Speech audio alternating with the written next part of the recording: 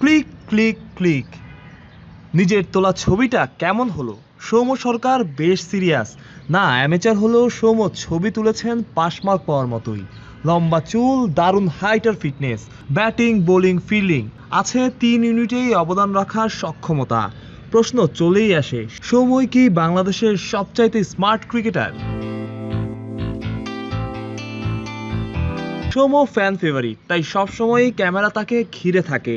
Name ফেম সবই ঠিকঠাক, তবে নিজের ক্যালিবারের যতটুকু প্রয়োগ দরকার তা অবশ্য সৌম্য ঠিকঠাক করতে পারেননি এখনো। তার নিজেরও সে কথা মানা উচিত, মানার কথা। তবে ফর্ম না থাকার পরেও সৌম্য বারবার সুযোগ পেয়েছেন, এমন অভিযোগ কি সত্য না শুধুই মিথ? আন্তর্জাতিক ওয়ানডের কথাই ধরুন, 10 বছরে সৌম্য খেলেছেন 72 ওয়ানডে, 33 গড়, 96 স্ট্রাইক রেট। বাংলাদেশের প্রেক্ষাপটে কি খারাপ বলা যায়?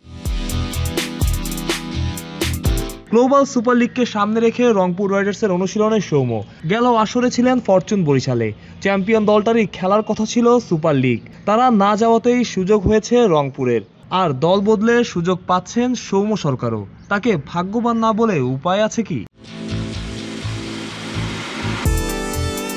ব্যাটিং বোলিং ফিল্ডিং সৌম্য যেন পারফেক্ট অলরাউন্ডার, তবে যেটা বলা হচ্ছিল, নিজের প্রতিভার প্রতি পুরোপুরি সুবিচার করতে পারেননি।